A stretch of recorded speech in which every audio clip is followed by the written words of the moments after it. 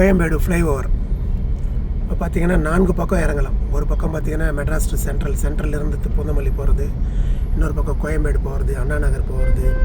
அதுக்கப்புறம் 4 பக்கத்தில் இருக்கலாம். இங்கே தான் அந்த விஜயகாந்த் இறந்து போன அந்த கல்யாண மண்டபம், அவர் இறந்து அவருடைய பூத உடல் இங்கே தான் வச்சுருக்கிறாங்க. போட்டுக்கு பார்த்தீங்களா, அண்ணா நகர் பூந்தமல்லி. நம்ம பூந்தமல்லி நோக்கி போகிறோம். அண்ணா நகர் நேராக போகணும்.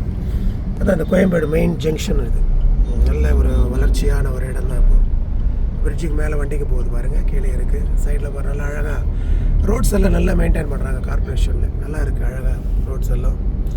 வாகனங்களும் பார்த்திங்கன்னா கரெக்டாக ஒரு நல்ல டிசிப்ளினோடு போகிறதுக்கு. கீழே பாருங்கள், குண்டும் குழியுமா இருக்காது, நல்லா இருக்குது பாருங்கள். ரோடுங்கெல்லாம் நல்லா அழகாக இருக்குது. நேரங்க இந்த பூந்தமல்லி ரோடு பார்த்திங்கன்னா நிறைய கார் ஷோரூமுங்க இருக்கும்.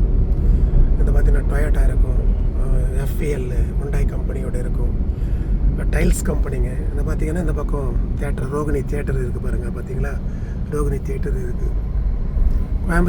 கோயம்பேடுலேருந்து இது அவுட்ரு மெட்ரோ ஸ்டேஷன் இருக்குது பாருங்கள்.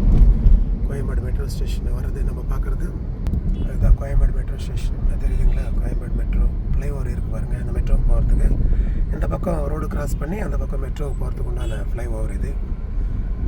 ட்ரெயின் போய்கிட்டு இருக்கு பாருங்கள்.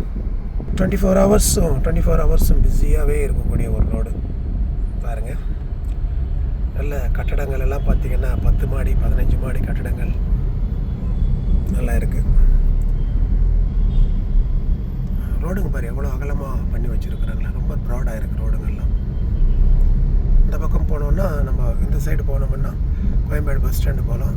ஸ்ட்ரைட்டாக போனோன்னா பூந்தமல்லி, நம்ம பின்னோக்கி போனோம்னா சென்ட்ரல் ரயில்வே ஸ்டேஷன் அப்படி போகலாம். நல்ல ஒரு டிராஃபிக் அதிகமாக இருக்குது. எப்போ டிராஃபிக் எல்லாமே இருக்கோ அந்த நேரத்தில் நீங்கள் பயணத்தை மேற்கொள்ளணும். அதை கொஞ்சம் பார்த்துக்குங்க.